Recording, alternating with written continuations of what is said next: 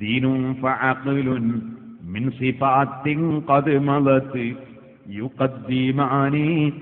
യുഖദ്ദമാനി ഇൻദമാ തഅറദത് كانت بهذه له فيما ندب لها تحري هذه في من خطب. വരനെ തെരഞ്ഞെടുക്കുമ്പോൾ നേരത്തെ നമ്മൾ പറഞ്ഞ ദീനുണ്ടാവുക, മതബോധമുണ്ടാവുക, ബുദ്ധിയുണ്ടാവുക തുടങ്ങിയത് അത് അംഗീകരിക്കേണ്ടതും ചിന്തിക്കേണ്ടതുമാണ്. അതേ സമയത്ത് ഏറ്റവും പ്രധാനപ്പെട്ടത് എന്താണ്? ഏറ്റവും പ്രധാനപ്പെട്ടത് ഒരു പെണ്ണിനെ തിരഞ്ഞെടുക്കുമ്പോൾ ഇതുവരെ പറഞ്ഞതൊക്കെ ഒരു പെണ്ണിനുണ്ടാകാൻ പറ്റാത്ത, അതേ ഒഴിവായി കിട്ടേണ്ട വിശേഷണങ്ങളാണെങ്കിൽ, എന്നാൽ ഒരു സ്ത്രീക്ക് ഏറ്റവും കൂടുതലായി ഉണ്ടാകേണ്ട യോഗ്യത എന്താണ്? വിവാഹം കഴിക്കുന്ന സ്ത്രീക്കുണ്ടാകേണ്ട യോഗ്യത എന്താണ്? അതും മഹാനായ ഉമർ ഖാദി റഹിമഹുല്ലാഹ് 15 യോഗ്യതകൾ വിവാഹം കഴിക്കുന്ന സ്ത്രീക്ക് പരിഗണിക്കണമെന്ന് പറയുകയാണ്. അതേ ആ 15 യോഗ്യതകൾ എന്താണ്? ദീനിയത്തുൻ ആഖിലത്തുൻ ബിക്റുൻ തുസൻ ജമീലത്തുൻ അഖ്ലാഖുഹാ ദാതുൻ ഹുസൻ. അതേ ഒന്നാമതായി വിവാഹം കഴിക്കുന്ന പെണ്ണ് ദീനീയത്തായിരിക്കണം. കൃത്യമായി നിസ്കരിക്കുന്ന, എന്റെ തലമുടി മറ്റൊരാൾ കാണരുത്, എന്റെ ശരീരം മറ്റൊരാളുടെ മുമ്പിൽ പ്രകടമാകരുത്, എന്റെ ഭർത്താവിന് ആസ്വദിക്കാനുള്ളതാണ് എന്റെ ശരീരം, മറ്റുള്ളവരുള്ളതിനെ നോക്കി രസിക്കാനുള്ളതല്ല. അതുപോലെ തന്നെ അതേ ഞാൻ ഒരു അന്യപുരുഷനുമായി സംസാരിക്കുന്ന ഏർപ്പാടുണ്ടാകേണ്ടവളല്ല, ബാപ്പയുമായും തള്ളേണ്ടവളല്ല, ഞാൻ അഭിമാനത്തോടെ ജീവിക്കേണ്ടവളാണ്. അങ്ങനെയുള്ള ബോധത്തോടു കൂടി അല്ലാഹുവിന്റെ ദീനിന് വില കൽപ്പിക്കുന്ന, കൃത്യമായി നിസ്കരിക്കുന്ന, തെറ്റുകളിലേക്ക് കടന്നു പോകാത്ത ദീനീയായ പെണ്ണ്, മതപരമായി ബോധമുള്ള പെണ്ണ്, അവളെയാണ് തിരഞ്ഞെടുക്കേണ്ടത്. ഒന്ന് അഖീലത്തുൻ ബിക്റുൻ തുസൻ, മറ്റൊന്ന് ബുദ്ധിമതിയായ പെണ്ണ്. ബുദ്ധി എന്നത് വലിയൊരു ഘടകമാണ്. ബുദ്ധി കുറഞ്ഞാൽ ഞാൻ ഇന്നലെ പറഞ്ഞതുപോലെ വേണ്ടാത്ത പലതും ചെയ്തുകൊണ്ടിരിക്കും, വേണ്ടത് ചെയ്യുമ്പോൾ പ്രതിഷേധിച്ചുകൊണ്ടിരിക്കും. എത്രത്തോളം ഒരു പെണ്ണ് ബുദ്ധിമതിയാണോ അത്രത്തോളം ഭർത്താവിന് സഹായകരമാണ്. അതുകൊണ്ട് രണ്ടാമത്തത് ബുദ്ധിയാണ്. മൂന്നാമത്തത് ബിക്റുൻ. മഹാനായ ഉമർ ഖാദി റഹിമഹുല്ലാഹ് പറയുന്നു, കന്യകത്വം നീങ്ങാത്ത സ്ത്രീയാണ് കൂടുതൽ ഉത്തമം. ഒരിക്കൽ വിവാഹം ചെയ്ത പെണ്ണല്ല, ഒരിക്കലും വിവാഹം ചെയ്യാത്ത പുരുഷന് ഉത്തമം. ഓ സഹോദരന്മാരെ, വിവാഹം ചെയ്യാത്ത അല്ലെങ്കിൽ കന്യകത്വം നീങ്ങാത്ത പെണ്ണാണ് ബഹുമാനപ്പെട്ട ജാബിർ റളിയല്ലാഹു അൻഹു. ഒരു ദിവസം ജാബിർ റളിയല്ലാഹു അൻഹുവിന്റെ ശരീരത്തിൽ അത്തർ പുരട്ടിയത് കണ്ടപ്പോ ചോദിച്ചു, ജാബിറെ എന്തേ അത്തർ പുരട്ടിയത്? നബിയെ, ഞാൻ വിവാഹം കഴിച്ചിരിക്കുന്നു. വിവാഹം കഴിച്ച വകയിൽ പുതിയാപ്പിളയായിട്ട് പുരട്ടിയ അത്തറാണ്. സുബ്ഹാനല്ലാഹ്. അപ്പൊ വിവാഹം കഴിക്കുമ്പോൾ ചിലപ്പോൾ സ്വന്തം ഉസ്താദ് അറിയാതെ വിവാഹം കഴിക്കാം. എല്ലാ വിവാഹത്തിനും ഉസ്താദ് പങ്കെടുക്കണമെന്നില്ല. അങ്ങനെ ഒരു ഉസ്താദ് കുടുങ്ങിപ്പോകണ്ട. ഇരിക്കട്ടെ സഹോദരന്മാരെ, പക്ഷേ വിവാഹം കഴിക്കുന്ന സ്ഥലത്ത് ധാരാളം നല്ല ജനങ്ങൾ, ആലിമീങ്ങൾ പങ്കെടുക്കുന്നത് പുണ്യമാണെന്ന് ശേഷം മഹാനവറുകൾ പറയുന്നുണ്ട്. ഇരിക്കട്ടെ, നിക്കാഹിന്റെ സദസ്സ് എപ്പോഴും ആലിമീങ്ങളെ കൊണ്ടും സാലിഹീങ്ങളെ കൊണ്ടും നിറഞ്ഞതാകുന്നത് പുണ്യമാണ്, നല്ലതാണ്. അത് നിക്കാഹിന്റെ ബറക്കത്താണ്. സുബ്ഹാനല്ലാഹ്. ദീനില്ലാത്ത കുറെ ആളുകളല്ല നിക്കാഹിന്റെ സദസ്സിൽ ഒരുമിച്ച് കൂടേണ്ടത്. കുറെ കള്ളുകുടിയന്മാരും അതുപോലെ തന്നെ അള്ളാന്റെ ദീനിന് വില കൽപ്പിക്കാത്തവരും, റസൂലുള്ള സാധാരണക്കാരനാണെന്ന് പറയുന്ന ഒരു ഖതീബും, അതേ അള്ളാഹ്ക്ക് കയ്യും കാലും ഉണ്ട് എന്ന് വാദിക്കുന്ന ഒരു മനുഷ്യനും, സുബ്ഹാനല്ലാഹ്, മുഹീദ്ദീൻ ശൈഖ് കാഫിറാണെന്ന് പറയുന്നവനും, അങ്ങനത്തെ കുറെ ആളുകളല്ലല്ലോ നമ്മളെ നിക്കാഹ് നടക്കുന്ന സമയത്ത് അവിടെ ഇരിക്കേണ്ടതും അതുപോലെ വാചകങ്ങൾ ചൊല്ലിത്തരേണ്ടതും. മറിച്ച് നല്ല മനുഷ്യന്മാരല്ലേ അവിടെ ഹാജരാകേണ്ടത്. അത് മറ്റൊരു വിഷയമാണ്. ഇപ്പോൾ ഞാനതിലേക്ക് കടന്ന് സംസാരിക്കുന്നില്ല. പറഞ്ഞു വന്നത് അതാ ജാബിർ റളിയല്ലാഹു അൻഹു പറയുന്നു, നബിയെ, ഞാനൊരു വിവാഹം കഴിച്ചു. നബി സല്ലല്ലാഹു അലൈഹി വസല്ലം ചോദിച്ചു, നീ വിവാഹം കഴിച്ചത് കന്യകത്വം നീങ്ങിയ പെണ്ണിനെയാണോ അല്ലെങ്കിൽ കന്യകത്വം നീങ്ങാത്ത പെണ്ണിനെയാണോ? ബിക്റാണോ സയ്യിബാണോ? അത് ജാബിർ റളിയല്ലാഹു അൻഹു പറഞ്ഞു, നബിയെ, ഞാൻ കന്യകത്വം നീങ്ങിയ ഒരു പെണ്ണിനെയാണ് വിവാഹം കഴിച്ചത്. നബി സല്ലല്ലാഹു അലൈഹി വസല്ലം ചോദിച്ചു, ഹല്ലാ ബിക്റൻ, അതേ തുലാഇബുഹാ വതുലാഇബുക, നിനക്ക് അങ്ങോട്ടും അവൾക്ക് ഇങ്ങോട്ടുമൊക്കെ പരസ്പരം സന്തോഷം കൈമാറാൻ അതേ കന്യകത്വം നീങ്ങാത്ത പെണ്ണായിരുന്നില്ലേ നല്ലത്? നബി സല്ലല്ലാഹു അലൈഹി വസല്ലം തങ്ങളുടെ ചോദ്യമാണ്. ജാബിർ റളിയല്ലാഹു അൻഹു പറഞ്ഞു, നബിയെ, എന്റെ ബാപ്പ ഉഹദ് യുദ്ധത്തിൽ വെച്ച് ഷഹീദായി മരിച്ചു പോയിട്ടുണ്ട്. ആ മരിക്കുന്ന സമയത്ത് ബാപ്പ തലേ ദിവസം തന്നെ വിളിച്ചിരുന്നു ജാബിർ റളിയല്ലാഹു അൻഹുവിനെ. നാളെയാണ് മരിക്കുന്നതെങ്കിൽ ഇന്ന് തന്നെ വിളിച്ചിരുന്നു.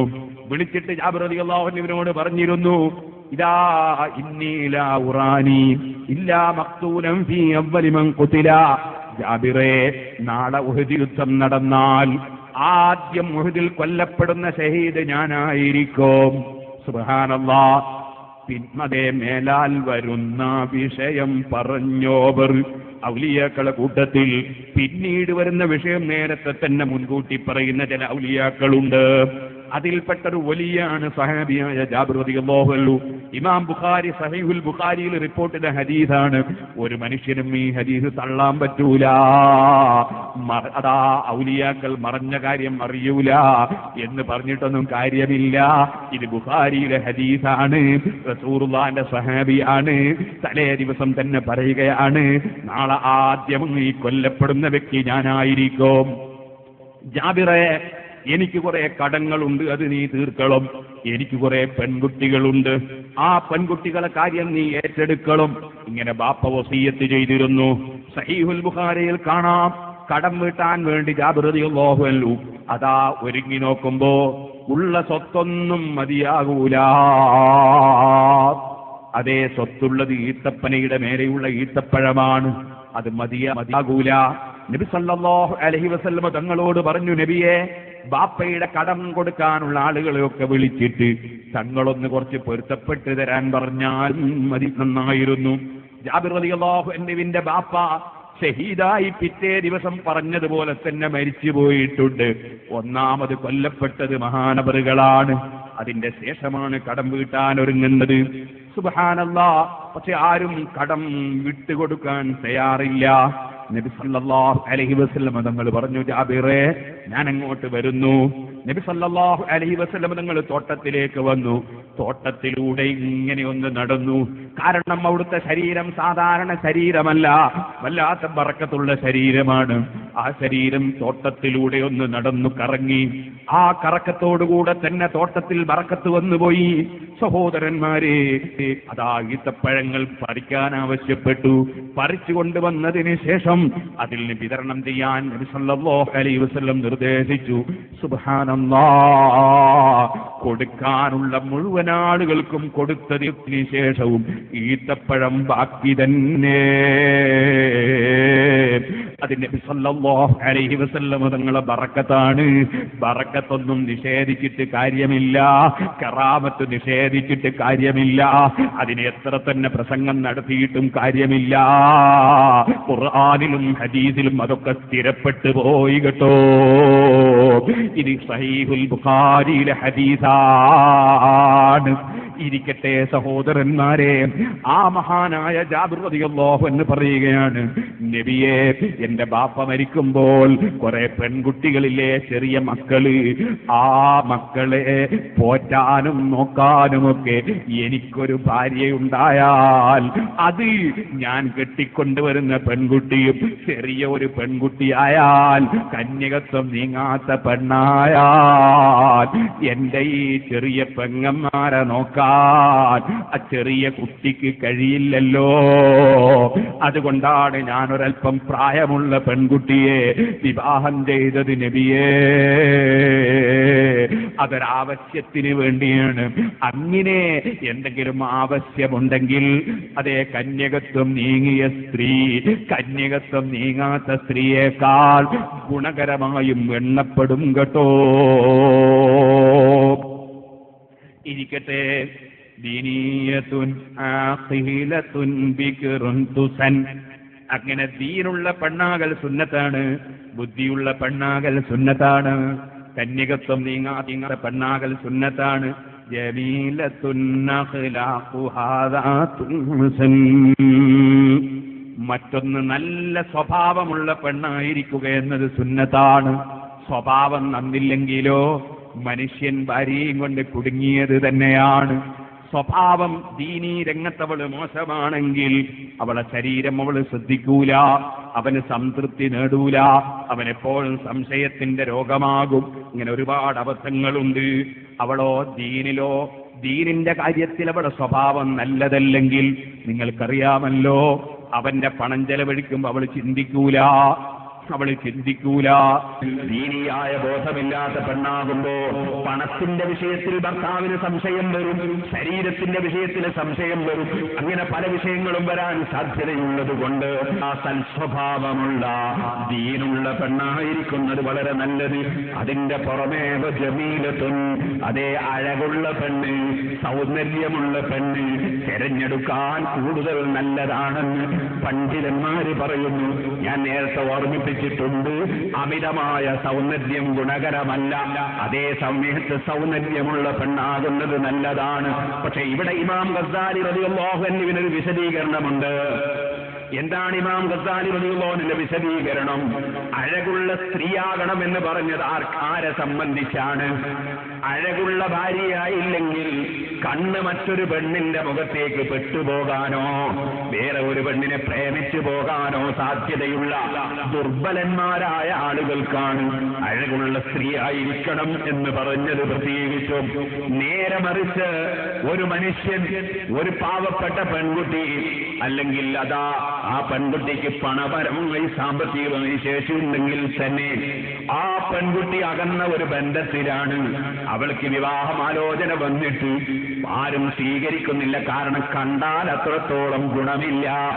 അതിന്റെ പേരിൽ പെൺകുട്ടി വളരെ വേദനയിലാണ്, കുടുംബം വേദനയിലാണ്. അപ്പോൾ സന്താന ലബ്ധിക്ക് ഭാര്യയ്ക്ക് ഭംഗി വേണമെന്നില്ലല്ലോ. അതുപോലെ നിങ്ങളോട് വിവാഹത്തിന്റെ ഫലങ്ങൾ പറഞ്ഞതിൽ ഓ മുഅ്മിനീങ്ങളെ, ഹറാമിൽ നിന്ന് മാറി നിൽക്കാൻ, ശൈത്താനിൽ നിന്ന് സംരക്ഷണം ലഭിക്കാൻ, സന്താന ലബ്ധി ഉണ്ടാകാൻ, അതുപോലെ തന്നെ ഞാൻ കുറെ വിഷയങ്ങൾ 2 ദിവസം പറഞ്ഞല്ലോ. ആ പറഞ്ഞ വിഷയങ്ങൾ നേടണമെങ്കിൽ ഭാര്യക്കത്ര ഭംഗി വേണമെന്നില്ലല്ലോ എന്ന് മനസ്സിലാക്കി ആ പാവപ്പെട്ട പെണ്ണിനെ അവൻ സ്വീകരിക്കുകയാണോ? എന്നാൽ അവൻ അല്ലാഹുവിങ്കിൽ പ്രതിഫലമുണ്ട്. ഭംഗിയില്ലാത്ത പെൺകുട്ടിയെ അവൾക്ക് ജീവിതം കൊടുക്കുക എന്ന നിലയ്ക്ക് അവൻ തെരഞ്ഞെടുത്ത ഭർത്താവിന് പടച്ച റബ്ബിന്റെ അടുക്കൽ പ്രതിഫലമുണ്ട്. അത് സുഹുദിന്റെ ഭാഗമാണെന്ന്, അഥവാ ദുനിയാവിന്റെ ആഡംബരം കൈയൊഴിച്ച് ആഖിറത്തിനെ തെരഞ്ഞെടുക്കുന്നതിന്റെ ഭാഗമാണെന്ന് ഇമാം ഗസ്സാലി റഹിമഹുല്ലാഹ് വിശദീകരിക്കുന്നു.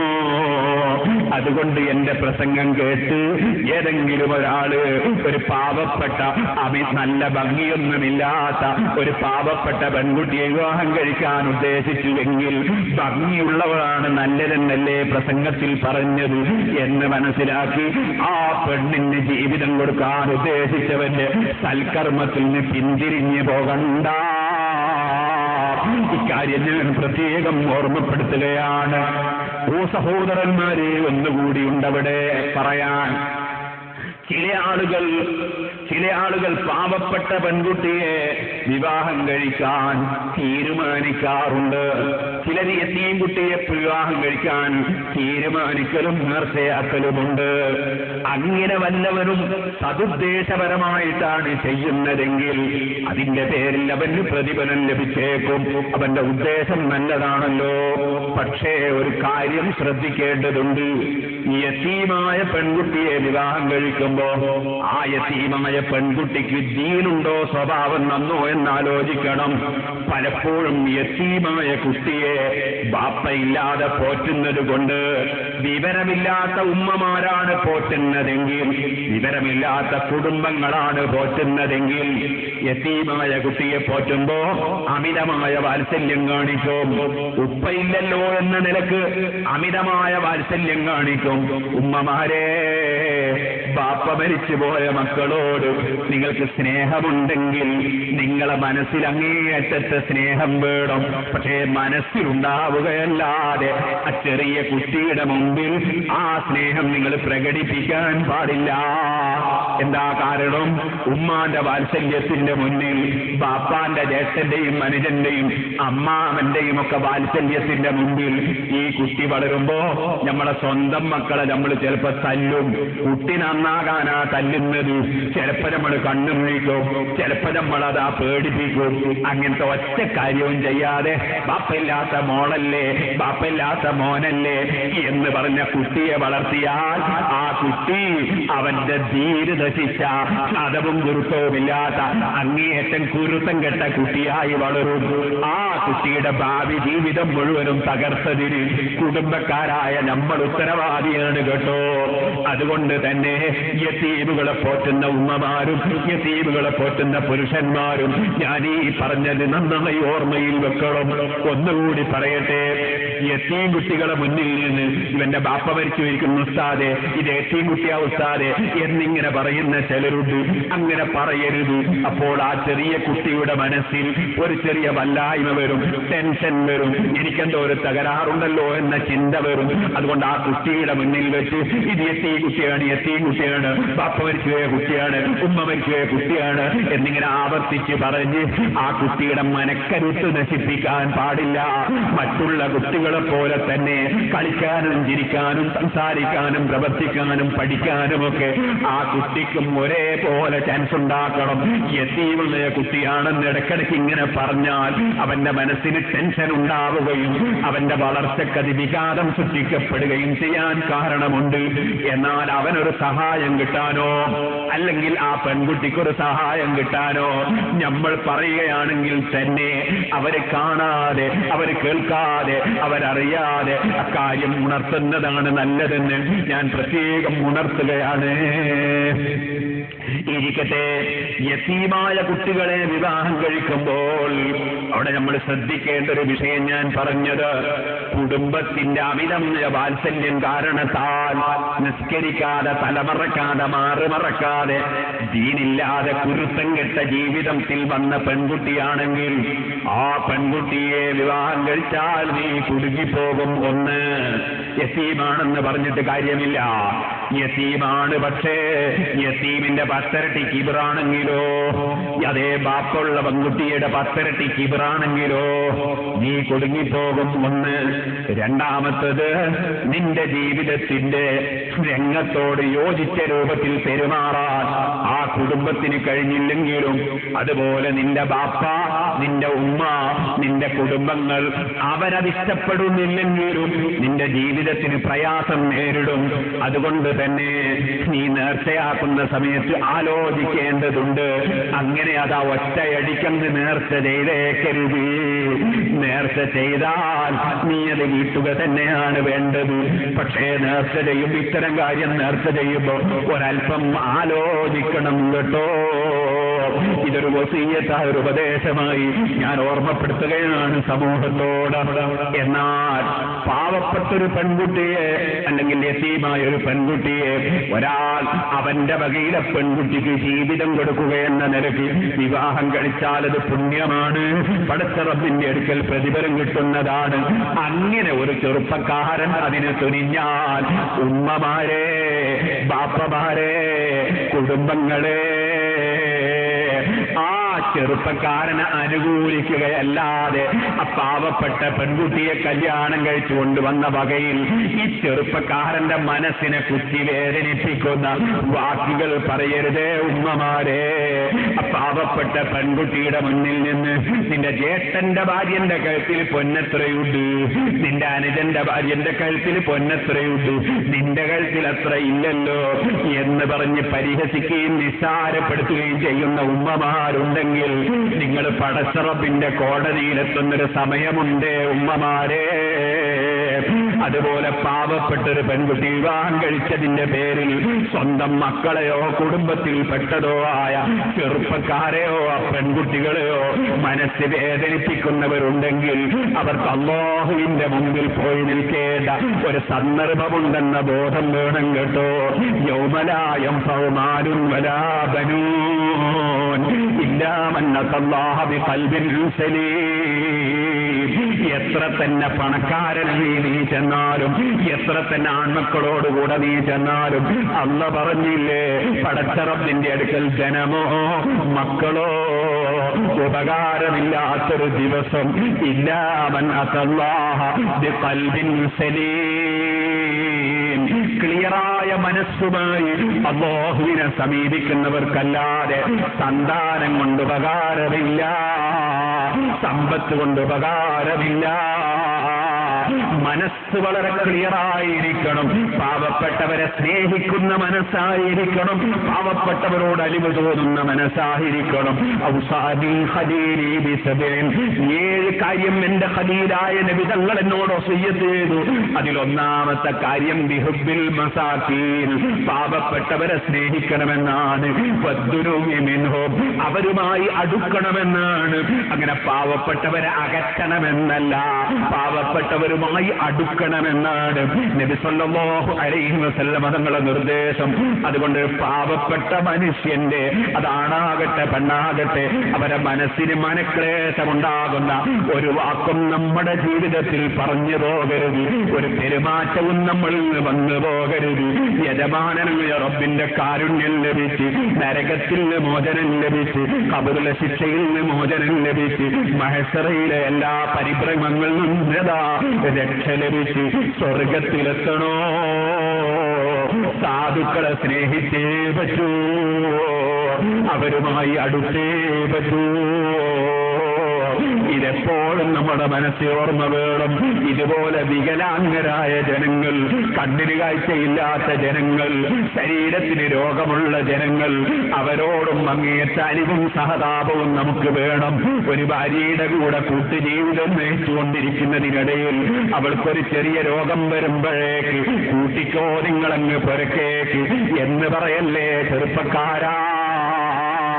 ചോദിക്കട്ടെ, അവൾക്കിന്ന് വന്ന രോഗം നാളെ നിനക്കാണ് വരുന്നതെങ്കിലോ, നിന്റെ ഭാര്യയെയും കൂട്ടിയിട്ട് ഭാര്യ വീട്ടുകാര് നിന്നെയും കൈയൊഴിച്ച് നിനക്കൊരൽപ്പം വെള്ളം തരാൻ ആളില്ലാതെ കൂട്ടിപ്പോയാൽ നിന്റെ മനസ്സ് വേദനിക്കൂലേ ചെറുപ്പക്കാരാ? അതുപോലൊരു ചെറിയ രോഗത്തിന്റെ ലക്ഷണമോ രോഗമോ കാണുമ്പോ ഭാര്യയെ വലിച്ചെറിയുന്ന മനസ്സിന് നിനക്ക് വന്നാൽ ചോദിക്കട്ടെ, അതേ രോഗം നിനക്ക് വന്നുകൂടെ? നിന്റെ പെങ്ങൾക്ക് വന്നുകൂടെ? നിന്റെ ഉമ്മാക്ക് വന്നുകൂടെ? നിന്റെ കുടുംബത്തിന് വന്നുകൂടെ? അതിനെ സംബന്ധിച്ച് ചിന്തിക്കാതെ അല്ലാഹു തആല നിനക്ക് ആരോഗ്യം തന്നപ്പോ ആരോഗ്യം നശിച്ച പെണ്ണിനോട് സഹതാപമില്ലാത്ത കടുത്ത മനസ്സിന് നിനക്ക് പാടില്ല. അതുപോലെ തന്നെ ഒരല്പം ആരോഗ്യം ഭർത്താവിന് തകർന്നു പോകുമ്പോ, ഓ സഹോദരി, നിന്റെ ഇഷ്ടത്തിനനുസരിച്ച് അവന് ജോലിയെടുക്കാനോ നിന്നെ തൃപ്തിപ്പെടുത്താനോ കഴിയാത്ത സാഹചര്യം വരുമ്പോ ഭർത്താവിനെ കൈയൊഴിക്കുന്ന ചിന്തയിലേക്ക് പോകുന്നതിന് പകരം ആ ഭർത്താവിനെ ശുശ്രൂഷിച്ചിട്ട് അല്ലാഹുവിന്റെ പൊരുത്തം വാങ്ങി സ്വർഗത്തിൽ കാലകാലം ഭർത്താവും ഭാര്യയുമായി ജീവിക്കാനുള്ള വേദി തേടണം കേട്ടോ. എന്തെങ്കിലും ഒരു ചെറിയ ദൗർബല്യം ഭാര്യക്കോ ഭർത്താവിനോ സംഭവിക്കുമ്പോ അതിന്റെ പേരിൽ ഭർത്താവിനെ കൈയൊഴിക്കുന്ന അല്ലെങ്കിൽ ഭാര്യയെ കൈയൊഴിക്കുന്ന അവനവന്റെ ജീവിതത്തെക്കുറിച്ചും കുടുംബത്തെക്കുറിച്ചും ചിന്തയില്ലാത്ത ഒരു ജീവിതമായി പോകരുതേ ഉമ്മമാരെ, ഒരു ജീവിതമായി പോകരുതേ ചെറുപ്പക്കാരെ. ഇക്കാര്യം ഞാൻ പ്രത്യേകമായി ഓർമ്മപ്പെടുത്തുകയാണ്. ഇരിക്കട്ടെ, പറഞ്ഞു വന്നത് എന്താണ്? ദീനിയത്തുൻ ആഖിറത്തുൻ ബികിറുൻ തുസൻ ജമീലത്തുൻ ഖിലഖുഹാദത്തുൻ ഹുസൻ നസീബത്തുൻ ബഈദത്തുൻ ഖുർബൻ വലൂദ് ഫഖീദത്തുൽ ഫർഇ ലിഗൈരിൻ വവദൂദ്. ഒരു ഭാര്യയെ തിരഞ്ഞെടുക്കുമ്പോൾ വിവാഹം കഴിക്കാൻ ഉത്തമമായ സ്ത്രീ എന്ന നിലക്ക് സ്ത്രീക്കുള്ള ഒരു മഹത്വമാണ് നസീബത്തുൻ, അവള് തറവാടുള്ളവളാവുക. അഥവാ ഞാൻ നേരത്തെ വിശദീകരിച്ചിട്ടുണ്ട്, സജ്ജനങ്ങളുടെ കുടുംബത്തിൽ ഉള്ള സ്ത്രീയാവുക. ബഈദത്തുൻ ഖുർബൻ, അകന്ന ബന്ധുവാകുക. അകന്ന ബന്ധത്തിൽ വിവാഹം കഴിക്കുന്നത് നല്ലതാണ്. അതേസമയത്ത് അടുത്ത ബന്ധത്തിൽ വിവാഹം കഴിക്കുന്നത് നല്ലതല്ല. ശരിക്കും മനസ്സിലാക്കണം. സ്വന്തം ഉമ്മയുടെ ആങ്ങളയുടെ മകൾ അത് അടുത്ത ബന്ധമാണ്. സ്വന്തം ഉപ്പയുടെ ജ്യേഷ്ഠന്റെ മകൾ, അനുജന്റെ മകൾ, അത് ഉപ്പായുടെ പെങ്ങളുടെ മകൾ, അതൊക്കെ അടുത്ത ബന്ധമാണ്. ഈ അടുത്ത ബന്ധത്തിലുള്ള പെൺകുട്ടികളെ വിവാഹം കഴിക്കുന്നത് ഉത്തമമല്ല. അങ്ങനെ വിവാഹം കഴിക്കുന്നതിനാൽ വികാരം കുറയാൻ സാധ്യതയുണ്ട്. കാരണം കുടുംബത്തിലുള്ള പെണ്ണാകുമ്പോൾ വികാരം കുറയാൻ സാധ്യതയുണ്ട്. അതിനാൽ അതിൽ ജനിക്കുന്ന കുട്ടികൾക്ക് ആരോഗ്യം കുറയാനും സാധ്യതയുണ്ട്. അതുകൊണ്ട് പണ്ഡിതന്മാർ പറഞ്ഞു അടുത്ത ബന്ധത്തിൽ വിവാഹം കഴിക്കുന്നത് നല്ലതല്ല. എന്നാൽ ബഹുമാനപ്പെട്ട സൈനബ് ബീവി റളിയല്ലാഹു അൻഹയെ നബി സല്ലല്ലാഹു അലൈഹി വസല്ലം വിവാഹം കഴിച്ചിട്ടുണ്ട്. സൈനബ് ബീവി റളിയല്ലാഹു അൻഹ നബി സല്ലല്ലാഹു അലൈഹി വസല്ലം തങ്ങളുടെ പിതൃ സഹോദരന്റെ മകളാണ്. അതിനെ സംബന്ധിച്ച് എന്താണ് മറുപടി? ഫത്ഹുൽ മുഈനിൽ പറഞ്ഞു, അങ്ങനെ വിവാഹം കഴിക്കുന്നതിൽ തെറ്റില്ല, കുഴപ്പമില്ല എന്നത് പഠിപ്പിക്കാൻ വേണ്ടിയാണ് നബി സല്ലല്ലാഹു അലൈഹി വസല്ലം തങ്ങൾ അങ്ങനെ വിവാഹം കഴിച്ചിട്ടുള്ളത്. അഷ്റഫുൽ ഖൽഖ് സല്ലല്ലാഹു അലൈഹി വസല്ലം തങ്ങളെ സംബന്ധിച്ചിടത്തോളം ഖദീജ ബീവി റളിയല്ലാഹു അൻഹയെ അല്ലാത്ത മറ്റു ഭാര്യമാരിൽ സന്താനം തീരെ ഉണ്ടായിട്ടില്ലല്ലോ. സ്നേഹിക്കട്ടെ സഹോദരന്മാരെ, അതുകൊണ്ട് അവിടത്തേക്ക് ആ പ്രശ്നം ബാധിക്കുന്നില്ല. മറ്റൊന്ന് പറയട്ടെ, ബഹുമാനപ്പെട്ട അലി ഇബ്നു അബീ ത്വാലിബ് റളിയല്ലാഹു അൻഹു വിവാഹം കഴിച്ചതിൽ സംശയത്തിന് അവകാശമില്ല. അലി റളിയല്ലാഹു വിവാഹം കഴിച്ചത് ആരെയാണ്? അലി റളിയല്ലാഹു അൻഹുവിന്റെ പിതാവിന്റെ സഹോദരനാണ് അബ്ദുള്ള. അബ്ദുള്ളയുടെ മകനാണ് അഷ്റഫുൽ ഖൽഖ് സല്ലല്ലാഹു അലൈഹി വസല്ലം. നബി സല്ലല്ലാഹു അലൈഹി വസല്ലം മകളാണ് ഫാത്തിമ ബീവി റളിയല്ലാഹു അൻഹ. ആകയാൽ ബാപ്പന്റെ സഹോദരന്റെ മകളെ അല്ല കല്യാണം കഴിച്ചത്, സഹോദരന്റെ മകന്റെ മകളെയാണ്. അത് അകന്ന ബന്ധമാണ്. അകന്ന ബന്ധത്തിൽ വിവാഹം കഴിക്കുന്നത് നല്ലതാണ് എന്നാണ് പണ്ഡിതന്മാര് പറഞ്ഞിട്ടുള്ളത്. അടുത്ത ബന്ധത്തിലാണ് നല്ലതല്ല എന്ന് പറഞ്ഞത്. അമ്മാമന്റെ മകന്റെ മകളെ, മകളെ, അതുപോലെ ഉപ്പാന്റെ ജ്യേഷ്ഠന്റെ മകളുടെ മകളെ, മകന്റെ മകളെ, അങ്ങനെയുള്ള വിവാഹങ്ങൾ അകന്ന ബന്ധങ്ങളാണ്. അകന്ന ബന്ധത്തിൽ വിവാഹം കഴിക്കുന്നത് നല്ലതാണ് എന്നാണ് പണ്ഡിതന്മാര് പറഞ്ഞത്. പിന്നെ നസീബത്തുൻ ബഈദത്തുൻ ഖുർബൻ വലൂദ്, കൂടുതൽ പ്രസവിക്കുന്ന സ്ത്രീകളെ വിവാഹം കഴിക്കൽ ഉത്തമമാണ്. അത് ഞാൻ മുമ്പ് വിശദീകരിച്ചിട്ടുണ്ട്. കല്യാണം കഴിക്കുന്നതിന് മുമ്പ് കൂടുതൽ പ്രസവിക്കുമല്ലേ എന്നെങ്ങനെയാ മനസ്സിലാകുക? അത് ഞാൻ മുമ്പ് വിശദീകരിച്ചിട്ടുണ്ട്. ആ സ്ത്രീയുടെ ജ്യേഷ്ഠത്തി, ആ സ്ത്രീയുടെ ഉമ്മ, ആ സ്ത്രീയുടെ ഉമ്മാന്റെ അനുജത്തി, ജ്യേഷ്ഠത്തി, അങ്ങനെ ആ കുടുംബത്തിലുള്ള സ്ത്രീകളൊക്കെ കൂടുതൽ പ്രസവിക്കുന്ന സ്ത്രീകളാണോ എന്നാൽ അവളെയും അക്കൂട്ടത്തിൽ ഉൾപ്പെടുത്താം.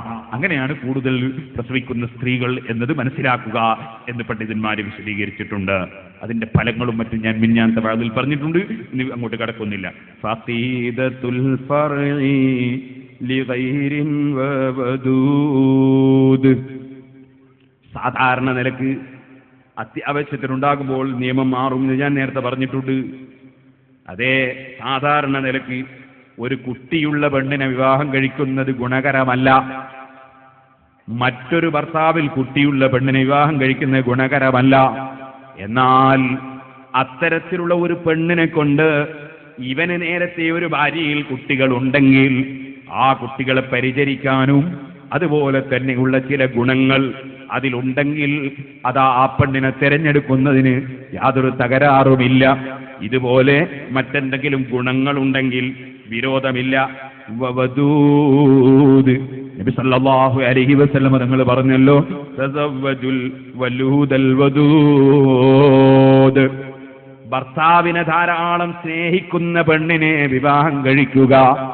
ഭർത്താവിനെ സ്നേഹിക്കുന്ന മനസ്സുള്ള സ്ത്രീ അവരെ വിവാഹം കഴിക്കുക. അതും പ്രത്യേകം പറഞ്ഞതാണ്. അതേ കല്യാണം കഴിച്ച അവളെ ജേഷ്ഠത്തി, അതുപോലെ തന്നെ അവളെ കുടുംബത്തിലുള്ള സ്ത്രീകൾ ഭർത്താവുമായി പിണങ്ങിപ്പോയ സ്ത്രീകളാണോ, കുടുംബത്തെ സംബന്ധിച്ച് മനസ്സിലാക്കുന്നത് നല്ലതാണ്.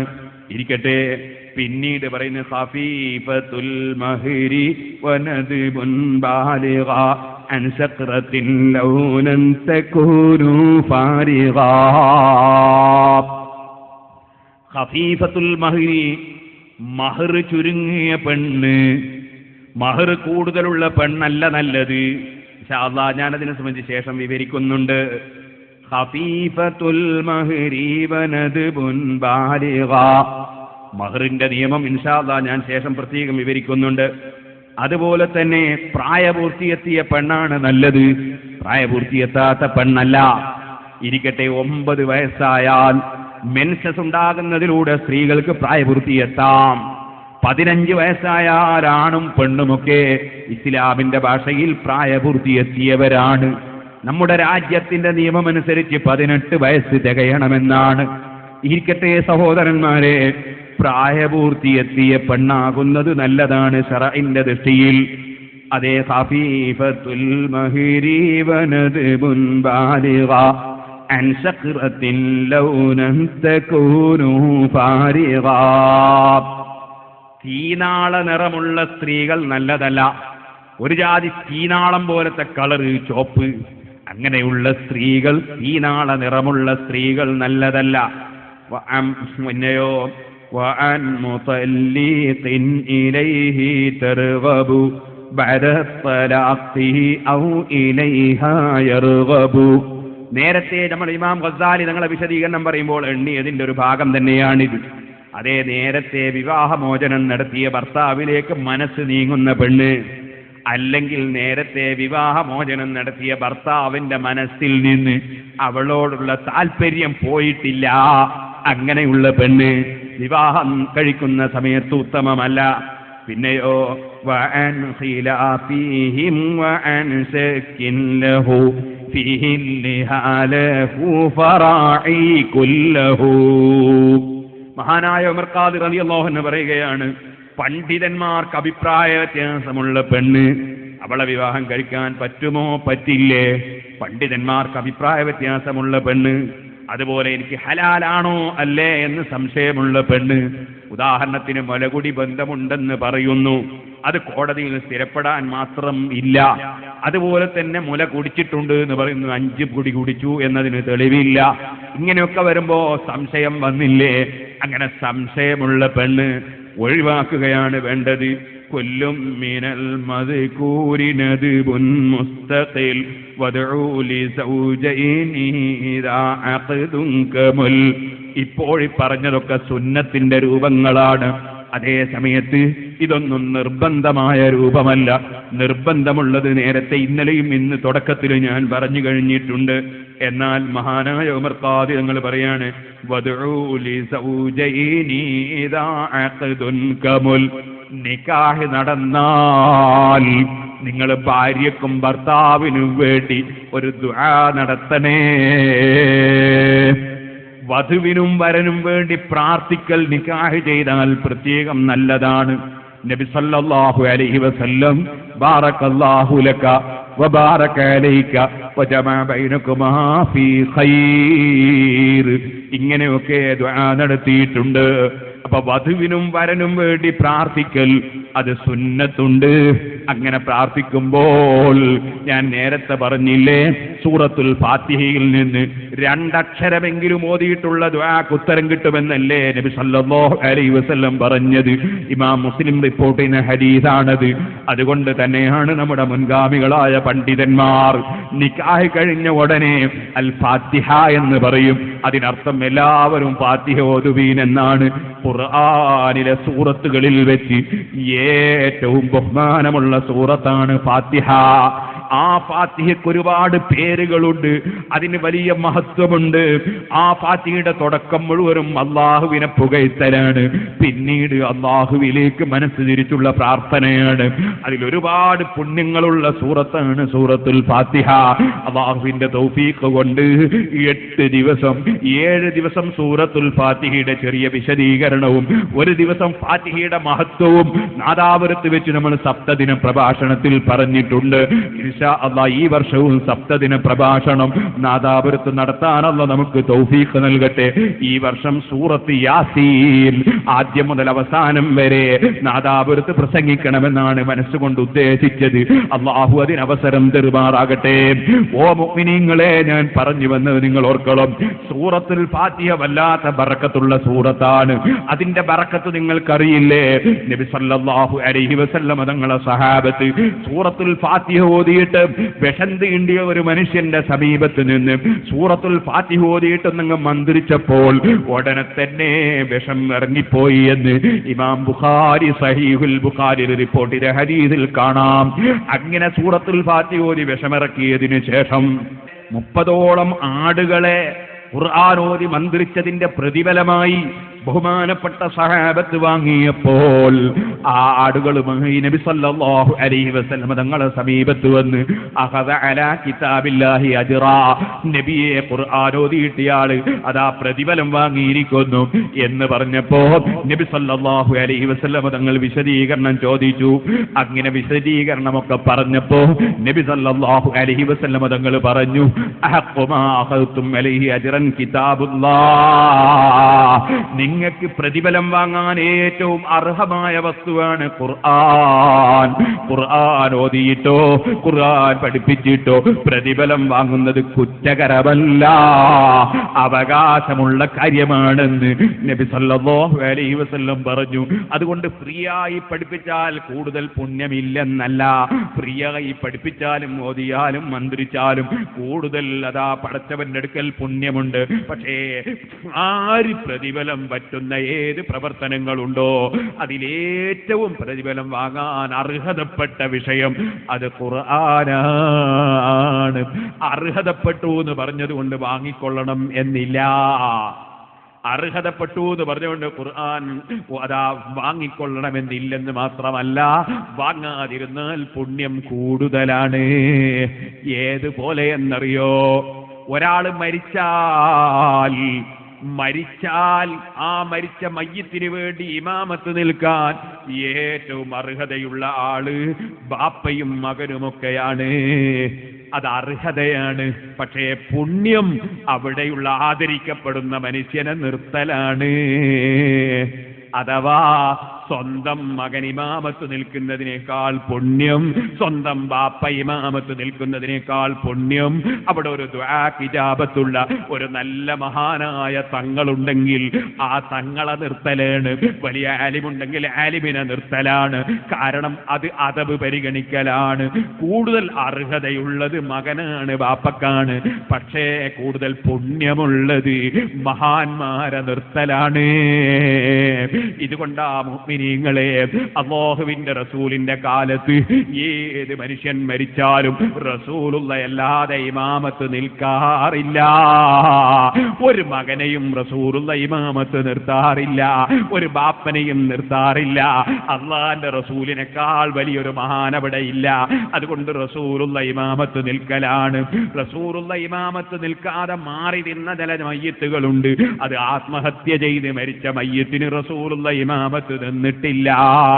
കടത്തോടുകൂടെ മരിച്ചുപോയ മനുഷ്യന്റെ കടം ഏറ്റെടുക്കാൻ ആരുമില്ലാതെയായപ്പോ അല്ലാഹുവിന്റെ റസൂലിന് സാമ്പത്തികമായി അത് ഏറ്റെടുക്കാൻ കഴിയാത്ത കാലത്ത് കടത്തോടെ മരിച്ചു പോയത് കൊണ്ട് റസൂലുള്ള ഇമാമത്ത് നിന്നിട്ടില്ല.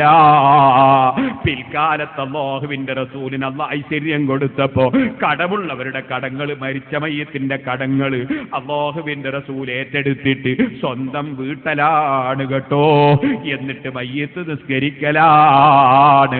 അത് റഹ്മത്തുൽ ലിൽ ആലമീനല്ലേ, ലോകത്തുള്ള മുഴുവൻ സൃഷ്ടികൾക്കും കാരുണ്യമല്ലേ. കടത്തോടെ മരിച്ചു പോയവന് മയ്യത്ത് നിസ്കരിക്കാതിരുന്നത് കടത്തിനത്രയും ഗൗരവമുണ്ടെന്ന് ലോകത്തെ പഠിപ്പിക്കാനാണ്. ആത്മഹത്യ ചെയ്ത് മരിച്ചവർക്ക് മയ്യത്ത് നിസ്കരിക്കാതിരുന്നത് ആത്മഹത്യ അത്രയും വലിയ തെറ്റാണെന്ന് ബോധ്യപ്പെടുത്താനാണ്. ഇരിക്കട്ടെ മുസ്ലിമീങ്ങളെ, അപ്പൊ ഞാൻ പറഞ്ഞു വന്നത് അല്ലാഹുവിന്റെ റസൂലാണ് സഹാബത്ത് മരിച്ചാൽ ഇമാമത്ത് നിൽക്കാറുള്ളത്. അതിന്റെ ശേഷമുള്ള കാലങ്ങളിൽ സഹാബത്തിന്റെ കാലത്തും ഓ മുഅ്മിനീങ്ങളെ, സിദ്ദീഖ് റളിയല്ലാഹു അൻഹു, ഉമർ ഇബ്നുൽ ഖത്താബിനെ പോലുള്ള മഹാന്മാരാണ് പലപ്പോഴും മയ്യിത്ത് നിസ്കാരത്തിന് ഇമാമത്ത് നിൽക്കാറുള്ളത്.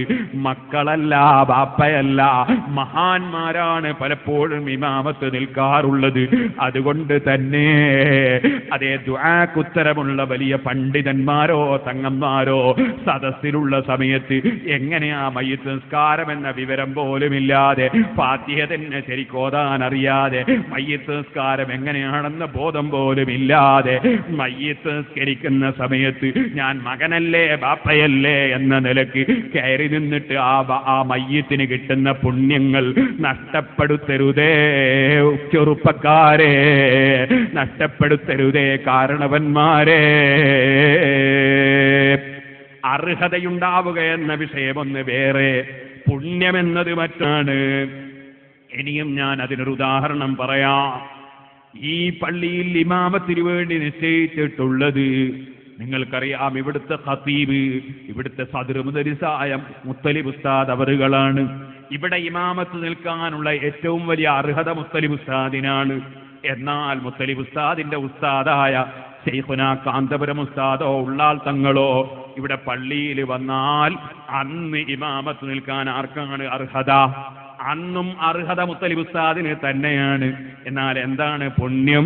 പുണ്യം ഉള്ളാൾ തങ്ങളെ നിർത്തലാണ്, കാന്തപുരം ഉസ്താദിനെ നിർത്തലാണ്. കാരണം അത് അദബാണ്, അദബിനെ മുന്തിക്കലാണ് ഏറ്റവും പുണ്യം. അപ്പൊ എനിക്കാണ് ഇവിടെ നിൽക്കാൻ അർഹത, അതുകൊണ്ട് നിങ്ങൾ പിന്നിൽ നിന്നോ എന്നുള്ളാൾ തങ്ങളോട് പറയാൻ പറ്റൂല. ഉള്ളാൾ തങ്ങളെ പിന്നിൽ സമ്മതം കൂടാതെ നിർത്താൻ പറ്റൂല. ഇതാണ് സുഹൃത്തുക്കളെ കേരളത്തിൽ ജീവിച്ച് മരണപ്പെട്ടു പോയ ഒരു വലിയ പ്രഗത്ഭ പണ്ഡിതനായിരുന്നില്ലേ മർഹൂം ഇ.കെ. അബൂബക്കർ മുസ്ലിയാർ. അല്ലാഹു അവിടുത്തെ ഖബർ സന്തോഷത്തിലാക്കട്ടെ.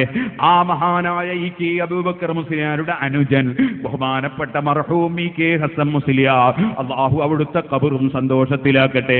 ആ ഇ.കെ. ഹസൻ മുസ്ലിയാർ മരണപ്പെട്ടപ്പോ സ്വന്തം ജ്യേഷ്ഠനായ ഉമർ മുസ്ലിയാരും അബൂബക്കർ മുസ്ലിയാരും അങ്ങനെയുള്ള പ്രഗത്ഭ പണ്ഡിതന്മാരൊക്കെയും അവിടെ ഉണ്ടായിട്ട് മഹാനായ പാണക്കാട് തങ്ങളെ ബഹുമാനപ്പെട്ട ഇ.കെ. അബൂബക്കർ മുസ്ലിയാർ ഇമാമത്ത് നിർത്തിയില്ലേ?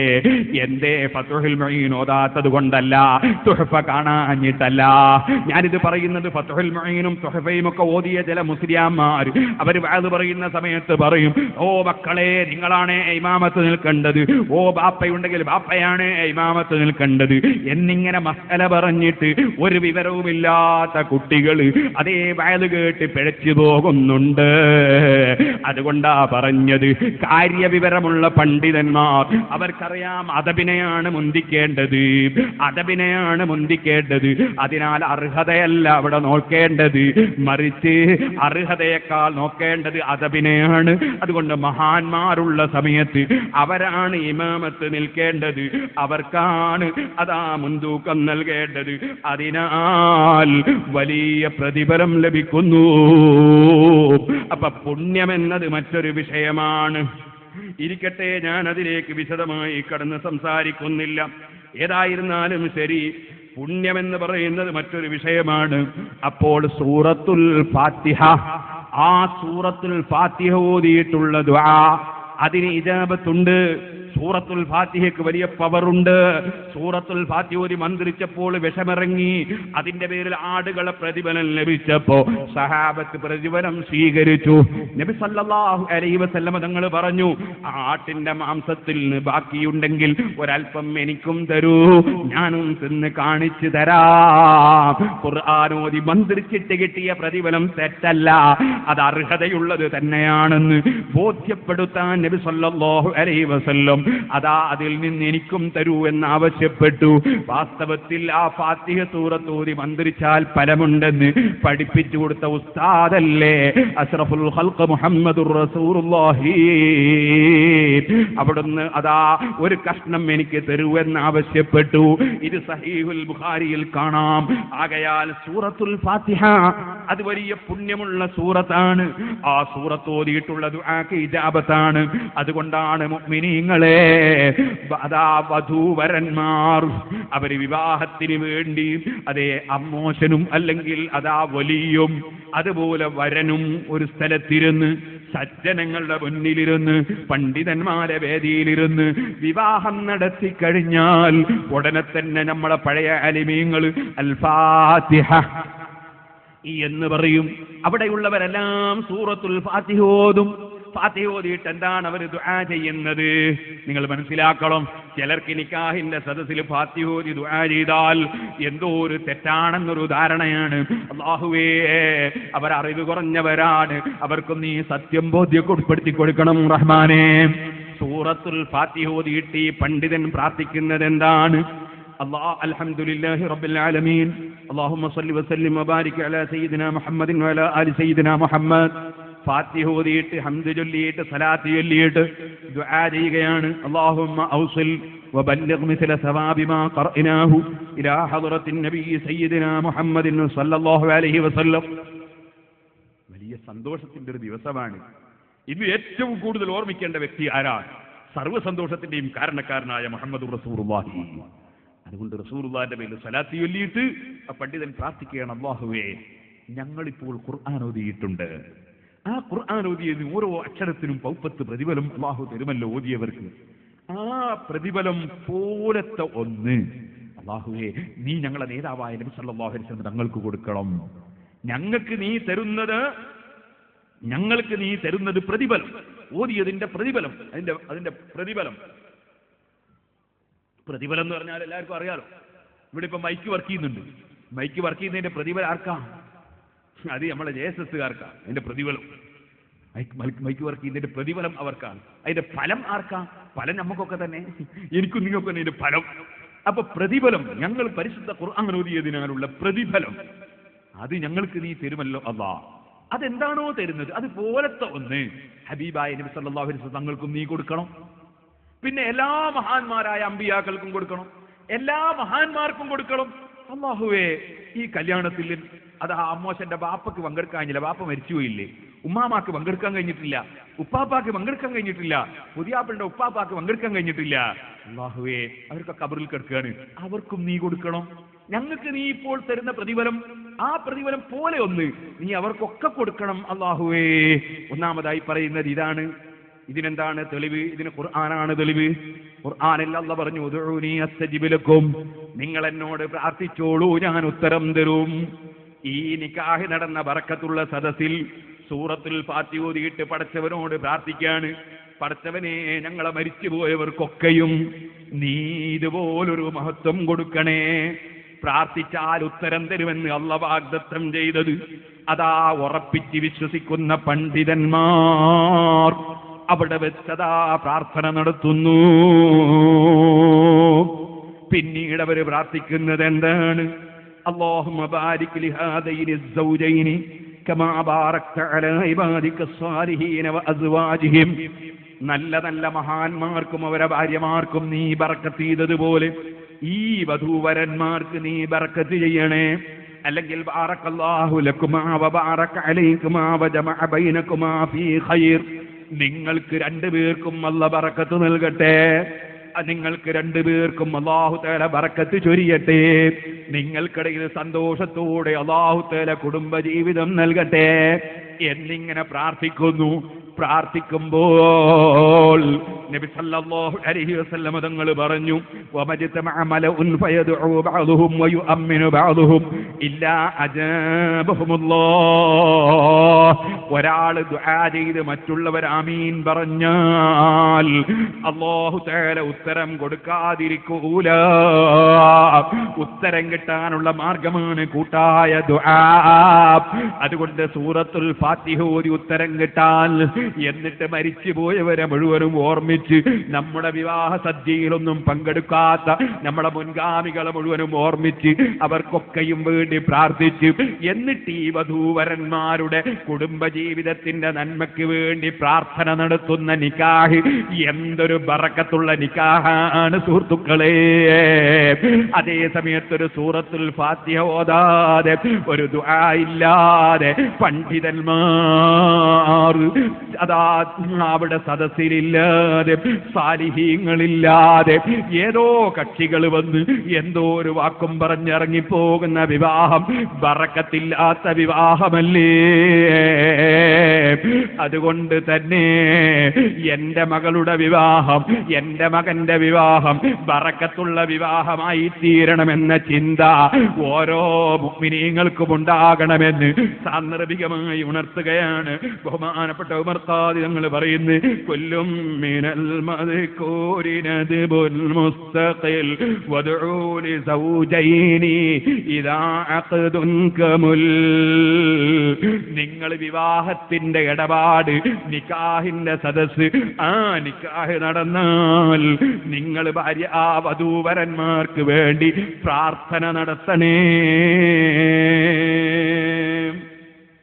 وثيب أولى لشخص يجز عن افتراض أو إليها يعوز.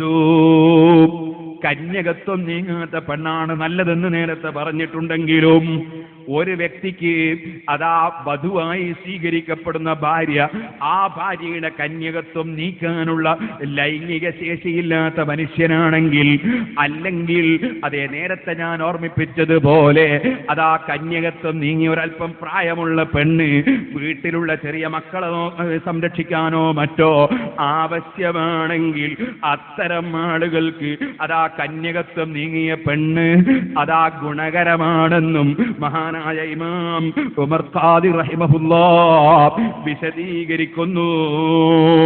ഇൻഷാ അല്ലാഹ് സ്ത്രീധനത്തെ സംബന്ധിച്ച് പറയേണ്ടതുണ്ട്. അതുപോലെ തന്നെ മഹർ എത്ര തൂക്കമുണ്ടാകണം, എത്ര പൊന്നാണ് തൂക്കമുണ്ടാകേണ്ടത്, അതിന്റെ നിയമം പറയേണ്ടതുണ്ട്. ചിലരെ ധാരണ കുറെ പൊന്നുണ്ടായാൽ മഹർ കുറെ കൊടുത്താൽ അത് നല്ലതാണെന്ന ധാരണയുണ്ട്. അത് തിരുത്തപ്പെടേണ്ടതാണ്. തീരെ ചുരുക്കിയാൽ നല്ലതാണെന്ന ധാരണയുണ്ട്. അത് തിരുത്തപ്പെടേണ്ടതാണ്. അതുകൊണ്ട് മഹറിന്റെ കണക്ക് എത്രയാണ്, സ്ത്രീധനത്തിന്റെ നിയമം എന്താണ്, ഇൻഷാ അല്ലാഹ് അത്തരം വിഷയങ്ങളിലേക്കൊക്കെ നാളെ ഞാൻ കടന്ന് സംസാരിക്കുന്നുണ്ട്. ഇപ്പോൾ ഒരു ചെറിയ ചരിത്രം പറഞ്ഞ് ഞാൻ എന്റെ പ്രസംഗം നിർത്തട്ടെ. എന്റെ ചെറുപ്പക്കാരൊക്കെ എഴുന്നേറ്റ് നിൽക്കണം. സഹോദരന്മാരെ, മഹാന്മാരായ പണ്ഡിതന്മാർ അബൂ ഹാമിദ് റളിയല്ലാഹു അൻഹു മഹാനവറുകൾ പറഞ്ഞൊരു ചെറിയ സംഭവമാണ് പറയുന്നത്. മറുവ പട്ടണം, ആ പട്ടണത്തിൽ ഒരാൾ, അദ്ദേഹത്തിന്റെ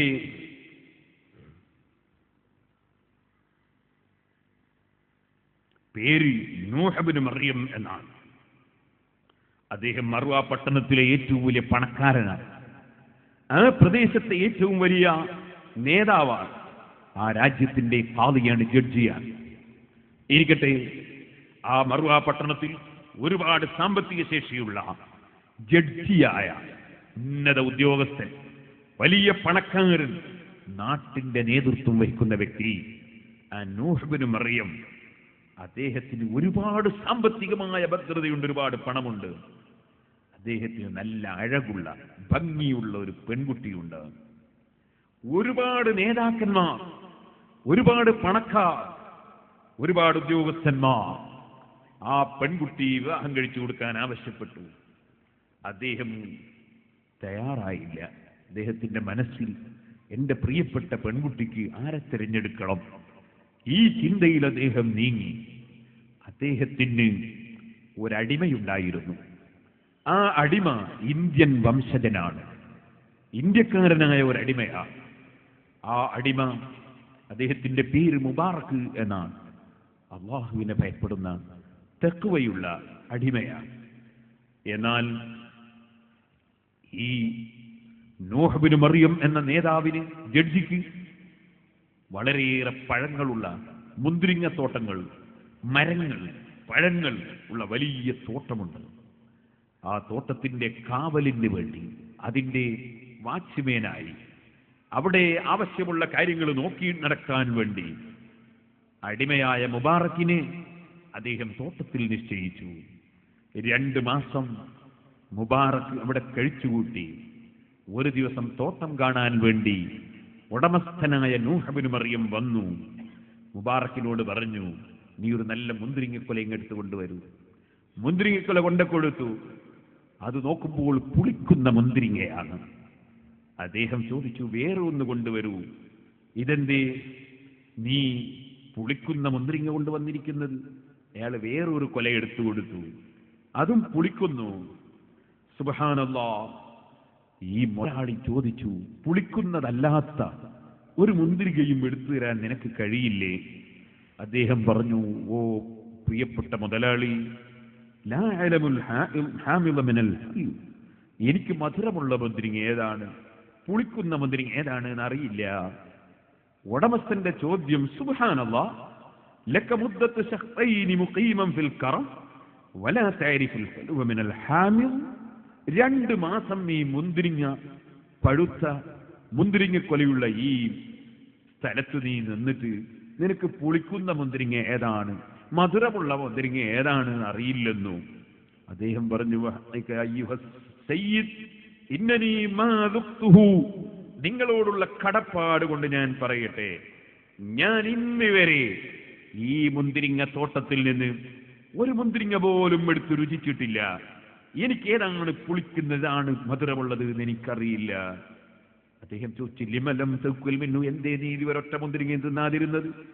അദ്ദേഹത്തിന്റെ മറുപടി, ലിഅന്നക അമർതനീ ബിഹിഫ്ദിഹി, നിങ്ങൾ എന്നെ ഏൽപ്പിച്ചത് മുന്തിരിങ്ങക്ക് കാവല് നിൽക്കാനാണ്. വലം തഅ്മുർനീ ബിഅക്ലിഹി, ഈ തോട്ടത്തിലെ മുന്തിരിങ്ങ തിന്നാൻ നിങ്ങൾ എന്നെ ഏൽപ്പിച്ചിട്ടില്ല. നിങ്ങൾ എന്നെ ഏൽപ്പിച്ചത് മുന്തിരിങ്ങ തിന്നാനാണ്, എങ്കിൽ ഞാൻ തിന്നുമായിരുന്നു. നിങ്ങൾ ഏൽപ്പിച്ചത് മുന്തിരിങ്ങക്ക് കാവല് നിൽക്കാനാണ്. ഞാനടക്കം മുന്തിരിങ്ങ എടുക്കുന്നത് നോക്കേണ്ടവനാണ് ഞാൻ. അതുകൊണ്ട് ഞാൻ മുന്തിരിങ്ങ ഇതുവരെയും തിന്നിട്ടില്ല. ഫമാ കുന്തു അഖ്നുക, ഞാൻ ഒരിക്കലും നിങ്ങളെ വഞ്ചിക്കുന്നവനല്ല. ജഡ്ജി അത്ഭുതപ്പെട്ടു പോയി. എന്തൊരു സത്യസന്ധതയുള്ള അടിമയാണിത്. ഹഫിദല്ലാഹു അലൈക അമാനതക്, നിന്റെ ഈ വിശ്വാസ്യത അല്ലാഹു നിനക്ക് നിലനിർത്തി തരട്ടെ എന്ന് പറഞ്ഞ് പ്രാർത്ഥിച്ചുകൊണ്ട് അദ്ദേഹം ചിന്തിച്ചു, നല്ല ബുദ്ധിയുള്ള അടിമ, നമ്മളെ നാട്ടുകാരനല്ല, ഇന്ത്യക്കാരനാണ്. എന്നാൽ ഇപ്പോൾ ഞാനൊന്ന് ചിന്തിക്കട്ടെ. ഉടനെ തന്നെ ഈ ഖാദി ചോദിച്ചു, ഉടമസ്ഥൻ ചോദിച്ചു, അയ്യുഹൽ ഗുലാം, ഓ അടിമേ, എന്നോട് ഞാൻ ചോദിക്കട്ടെ, എന്റെ മനസ്സിലൊരാഗ്രഹമുണ്ട്, ഞാൻ നിന്നോട് പറയട്ടെ? അദ്ദേഹം പറഞ്ഞു, നിങ്ങൾ കൽപ്പിക്കുന്നത് ഞാൻ ചെയ്യാൻ ആവശ്യമില്ലേ, പറഞ്ഞോളൂ. ഉടനെ തന്നെ പറഞ്ഞു, എനിക്കൊരു ഭംഗിയുള്ള പെൺകുട്ടിയുണ്ട്. പല പ്രമുഖന്മാരും വിവാഹാലോചന നടത്തിയ പെണ്ണാണ്. ഞാൻ ആർക്ക് വിവാഹം കഴിച്ചു കൊടുക്കണം എന്നത് എനിക്ക് ഇതുവരെ ഒരു പിടുത്തവും കിട്ടിയിട്ടില്ല. നീ ഒരു ബുദ്ധിയുള്ള അടിമയാണല്ലോ, ഫഅസിർ അലയ്യ ബിമാ തറാ, ആർക്ക് വിവാഹം കഴിച്ചു കൊടുക്കണമെന്ന് നീ എന്നോടൊന്ന് സൂചിപ്പിക്കൂ. ഉടനെ തന്നെ ആ അടിമ പറഞ്ഞു, ഏലം, ഓ പ്രിയപ്പെട്ട ഖാദിയാരെ, ജഡ്ജിയായവരെ, അന്നൽ കുഫാറ ഫീ സമനിൽ ജാഹിലിയ്യ, അവിശ്വാസികളായിരുന്ന ആളുകൾ ജാഹിലിയ കാലത്ത്, പരിശുദ്ധ ഇസ്ലാമിന്റെ സുന്ദരമായ ആശയങ്ങൾ അവർക്ക് ലഭിക്കുന്നതിന് മുമ്പ്, കാനൂ യുരീദൂനൽ അസ്ല വൽ ഹസബ വൻ നസബ, അവർ തറവാട് നോക്കി, കുടുംബം നോക്കി വിവാഹം കഴിച്ചു കൊടുക്കുന്നവരാണ്. വൽ യഹൂദ വൻ നസാറ, യഹൂദികളും നസ്രാനികളും യത്ലുബൂനൽ ഹസ്ന വൽ ജമാല, അവർ ഭംഗി നോക്കി വിവാഹം കഴിച്ചു കൊടുക്കുന്നവരാണ്. വഫീ അഹ്ദി റസൂലില്ലാഹി സ്വല്ലല്ലാഹു അലൈഹി വസല്ലം, അല്ലാഹുവിന്റെ റസൂലിന്റെ കാലമായപ്പോൾ, കാനന്നാസു യത്ലുബുദ്ദീന വത്തുഖാ, സഹാബത്തും മഹാന്മാരും നോക്കല് ദീനാണ്. ദീനുള്ള പെണ്ണേത്, ദീനുള്ള ഭർത്താവേത് എന്നാണ് നോക്കല്. ദീനുള്ള വരനേത്, വധുവേത് എന്നാണ് നോക്കല്. തെക്വയുള്ള ആളേത് എന്നാണ് നോക്കാറ്. അങ്ങനെയാണ് അല്ലാഹുവിന്റെ റസൂലിന്റെ കാലം. ഉറപ്പല്ലേ? നബി സല്ലല്ലാഹു അലൈഹി വസല്ലം പറഞ്ഞതല്ലേ, അതേ, തുങ്കഹുൽ മർഅതു ലിമാലിഹാ, ജനമുള്ളവളായതിനു വേണ്ടി വിവാഹം കഴിക്കപ്പെടലുണ്ട് പെണ്ണിനെ. വജമാലിഹാ, അഴകുള്ളതായവളായതിനു വേണ്ടി വിവാഹം കഴിക്കാറുണ്ട്. വഹസബിഹാ, തറവാടുള്ളവളായതുകൊണ്ട് വിവാഹം കഴിക്കൽ പതിവുണ്ട്. എന്നാൽ വദീനിഹാ, ദീന് നോക്കിയിട്ട് വിവാഹം കഴിക്കലുണ്ട്. ഫദ്ഫർബിദാതിദ്ദീൻ, ദീനുള്ള പെണ്ണിനെ വിവാഹം കഴിച്ച് നീ വിജയം നേടിക്കോ. അപ്പൊ നബി സല്ലല്ലാഹു അലൈഹി വസല്ലം നിങ്ങളുടെ കാലത്ത് വിവാഹത്തിന്റെ സമയത്ത് ആണിനും പെണ്ണിനും ശ്രദ്ധിക്കാറ് ദീനുണ്ടോ എന്നതാണ്. വഫീ സമാനിനാ ഹാദാ, എന്നാൽ പ്രിയപ്പെട്ട മുതലാളി, പ്രിയപ്പെട്ട ഖാദി, നമ്മളെ ഇക്കാലത്ത് യത്ലുബൂനൽ മാല, ഇന്നാളുകൾ നോക്കുന്നത് സാമ്പത്തിക ശേഷിയുണ്ടോ എന്നാണ്. അവൾക്ക് എന്തുണ്ട് സമ്പത്ത്, അവനെന്തുണ്ട് സമ്പത്ത് എന്നാണ്.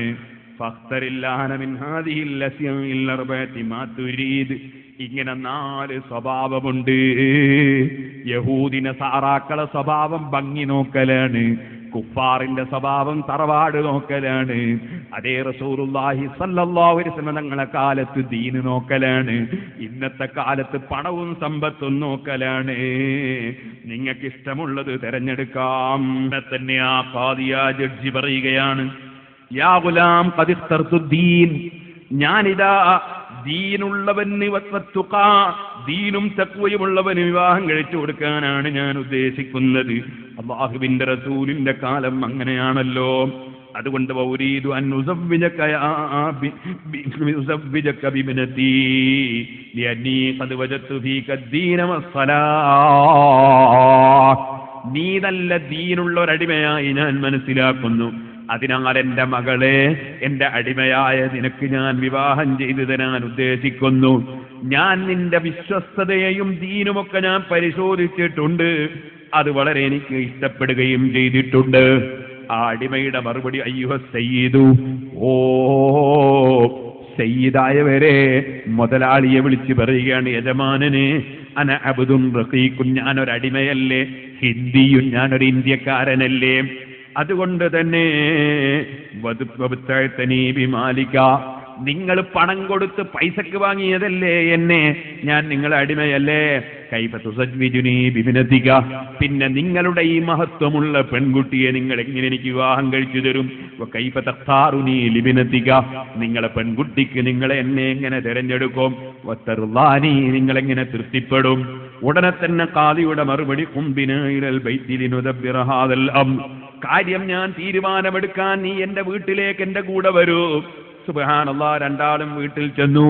ആദ്യം തന്നെ ഖാദി വീട്ടിന്റെ ഉള്ളിലേക്ക് കടന്ന് ഭാര്യയോട് മുശാവറ ചെയ്യുകയാണ്. കാരണം മകൾക്കൊരു വിവാഹം തിരഞ്ഞെടുക്കുമ്പോ ഭാര്യമാരോടും കൂടി ചോദിച്ചവരുടെയും സംതൃപ്തി നേടുന്നതല്ലേ ശരി. അങ്ങനെ അതാ ഭാര്യയോട് ചോദിക്കുകയാണ്, ഈ ഇന്ത്യക്കാരനായ അടിമ എന്തൊരു തഖ്വയുള്ള ദീനുള്ള കുട്ടിയാണ്, ഞാൻ അതാ കുട്ടിയുടെ നന്മയിൽ പ്രതീക്ഷയർപ്പിക്കുന്നു. അതിനാൽ എന്റെ മകളെ ഞാൻ ഈ അടിമയ്ക്ക് വിവാഹം ചെയ്തു കൊടുക്കാൻ ഉദ്ദേശിക്കുന്നു, എന്റെ അഭിപ്രായം എന്താണ്? അവളുടെ മറുപടി, നിങ്ങളെ ഇഷ്ടം പോലെ. അതല്ലേ അതവും ഗുരുത്വവുമുള്ളൊരു പെണ്ണിന്റെ സ്വഭാവം.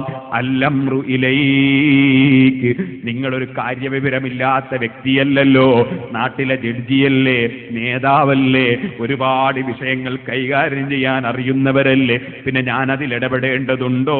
നിങ്ങളല്ലേ തീരുമാനമെടുക്കേണ്ടത്. പക്ഷേ ആ പെൺകുട്ടിയോടൊന്ന് ചോദിക്കലല്ലേ ശരി.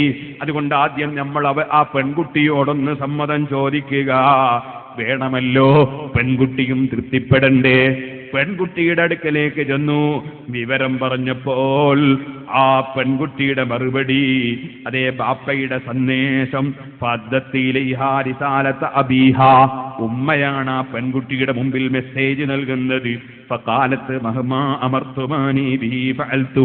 ബാപ്പയും ഉമ്മയും അങ്ങനെയാണോ കൽപ്പിക്കുന്നതെങ്കിൽ ഞാനതിനെതിരില്ല, ഞാനതിന് തയ്യാറ് തന്നെ.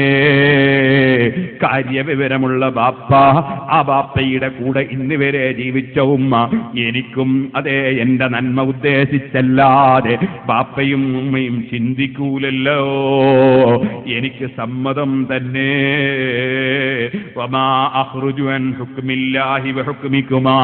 അള്ളാഹുവിന്റെ വിധി എന്താണോ, അള്ളാഹിന്റെ നിയമം എന്താണോ, അതെ നിങ്ങൾ പറയുന്ന തീരുമാനം എന്താണോ, അത് തന്നെയാണ് എന്റെ തീരുമാനം. വലാ മുഖാലഫതി, ഒരിക്കലും തന്നെ നിങ്ങളുടെ തീരുമാനം മറികടന്നുകൊണ്ട് ഞാൻ ഒരിക്കലും നിങ്ങളെ മനസ്സിനെ വിഷമിപ്പിക്കൂല. ഖാദി ഉടനെ തന്നെ സുന്ദരിയായ പെൺകുട്ടിയെ, വലിയ സാമ്പത്തിക ശേഷിയുള്ള ഖാദി, നാട്ടിന്റെ നേതാവായ ഖാദി, അതേ മുബാറക്കിനെ കൊണ്ട് കല്യാണം കഴിപ്പിച്ചു. അടിമയുടെ പേരാണ് മുബാറക്ക്. ഒരുപാട് സമ്പത്തുകൾ അതേ ഭർത്താവ് വധുവിനും വരനും അദ്ദേഹത്തിന്റെ വകയിൽ കൊടുത്തു. സഹോദരന്മാരെ, ഇത് സ്ത്രീധനം ചോദിച്ചു വാങ്ങിയതല്ല കേട്ടോ, മറിച്ച് പൊരുത്തപ്പെട്ടുകൊണ്ട് ഈ പെണ്ണിന്റെ ബാപ്പ സന്തോഷത്തോടെ ദീനിയായ ആ വരന് സമ്മാനമായി കൊടുത്തതാണ്. അതുപോലെ പെൺകുട്ടിക്ക് കൊടുത്തതാണ്. വഅതാഹുമാ മാലൻ അദീമാ, വലിയ സമ്പത്ത് കൊടുത്തു. അതേ സുബ്ഹാനല്ലാഹ്, അങ്ങനെ അതാ മുബാറക്കും നൂഹ് ഇബ്നു മറിയമിന്റെ മകളും കുടുംബജീവിതം നയിക്കുന്നു. അതിൽ കുട്ടി ജനിക്കുന്നു. കുട്ടിക്ക് അവര് പേര് വെച്ചു അബ്ദുല്ലാഹ്. അഫ്ളലുൽ അസ്മായി അബ്ദുല്ലാഹി വ അബ്ദുറഹ്മാൻ. നബി സല്ലല്ലാഹു അലൈഹി വസല്ലം പറഞ്ഞതല്ലേ, പേരിന്റെ കൂട്ടത്തിൽ ഏറ്റവും ബഹുമാനമുള്ള പേര് അബ്ദുല്ലാഹ് എന്നതും അബ്ദുറഹ്മാൻ എന്നതുമാണെന്ന്. ഇൻഷാ അല്ലാഹ് സമയം കിട്ടിയെങ്കിൽ പിന്നീട് നമുക്ക് പേരിനെ കുറിച്ച് ചർച്ച ചെയ്യാം. ഇരിക്കട്ടെ, അബ്ദുല്ലാഹ് എന്ന് പേര് വെച്ചു. എന്നാൽ നിങ്ങൾക്കറിയോ, ലോകത്ത് സഹീഹുൽ ബുഖാരി അടക്കമുള്ള കിതാബുകൾ എടുത്തു നോക്കിയാൽ എല്ലാ മഹാന്മാരും ചർച്ച ചെയ്യുന്ന ഒരു പണ്ഡിതനുണ്ട്. ഇവിടെ ഞാൻ 2 ദിവസം വഅദ് പറഞ്ഞപ്പോ അതാ ആ വഅദിനിടയിലും ഞാൻ ആ മഹാന്റെ പേര് പറഞ്ഞിട്ടുണ്ട്. അതാണ് അബ്ദുല്ലാഹി ഇബ്നുൽ മുബാറക് റളിയല്ലാഹു അൻഹു. ഈ അബ്ദുല്ലാഹി ഇബ്നുൽ മുബാറക് എന്ന് പറയുന്ന പണ്ഡിതൻ, ഓ സഹോദരന്മാരെ, ഹിജ്റ 118 ജനിച്ച് ഹിജ്റ 181 മരണപ്പെട്ട സലഫുസ് സാലിഹീങ്ങളിൽപ്പെട്ട ഇമാമീങ്ങളെ കാലഘട്ടത്തിൽ ജീവിച്ച ആ മഹാനായ പണ്ഡിതൻ ഈ മുബാറക്കിന്റെ മകനായി ജനിച്ചത് കൊണ്ടാണ് അബ്ദുല്ലാഹി ഇബ്നുൽ മുബാറക് എന്ന പേര് കിട്ടിയതെന്ന് അബൂ ഹാമിദ് റളിയല്ലാഹു അൻഹു എടുത്തു ധരിക്കുന്നു. ആ പണ്ഡിതൻ മുഖേന ഖിയാമത്ത് നാൾ വരെ സഹീഹുൽ ബുഖാരി അടക്കമുള്ള കിതാബുകൾ പരിശോധിക്കൂ നിങ്ങൾ. എത്രയാണ് അബ്ദുല്ലാഹി ഇബ്നുൽ മുബാറക് റളിയല്ലാഹു അൻഹു നിറഞ്ഞു നിൽക്കുന്നത്. ലോകം മുഴുക്കെ ഇൽമ പ്രചരിപ്പിക്കുന്ന, ഖിയാമത്ത് നാൾ വരെ മുസ്ലിം സമുദായം അനുസ്മരിക്കുന്ന ഒരു മഹാപണ്ഡിതൻ ആ കുടുംബ ജീവിതത്തിൽ ജനിക്കുന്നു. പണമല്ല പരിഗണിക്കേണ്ടത്, ദീനാണ് പരിഗണിക്കേണ്ടത്, തഖ്വയാണ് പരിഗണിക്കേണ്ടത്. വരനെ തെരഞ്ഞെടുക്കുമ്പോഴും വധുവിനെ തെരഞ്ഞെടുക്കുമ്പോഴും ഏറ്റവും കൂടുതൽ ചിന്തിക്കേണ്ടത് അത് ദീന് തന്നെ. അല്ലാഹുവേ, നിന്റെ ഹബീബായ നബി സല്ലല്ലാഹു അലൈഹി വസല്ലം ഫദ്ഫർ ബിദാത്തിദ്ദീൻ, ദീനിനെ തെരഞ്ഞെടുക്കാനാണ് ഞങ്ങളോട് നിർദ്ദേശം നൽകിയത്. ആ തെരഞ്ഞെടുപ്പിന് ഞങ്ങൾക്ക് നീ തൗഫീഖ് തരണം റഹ്മാനേ.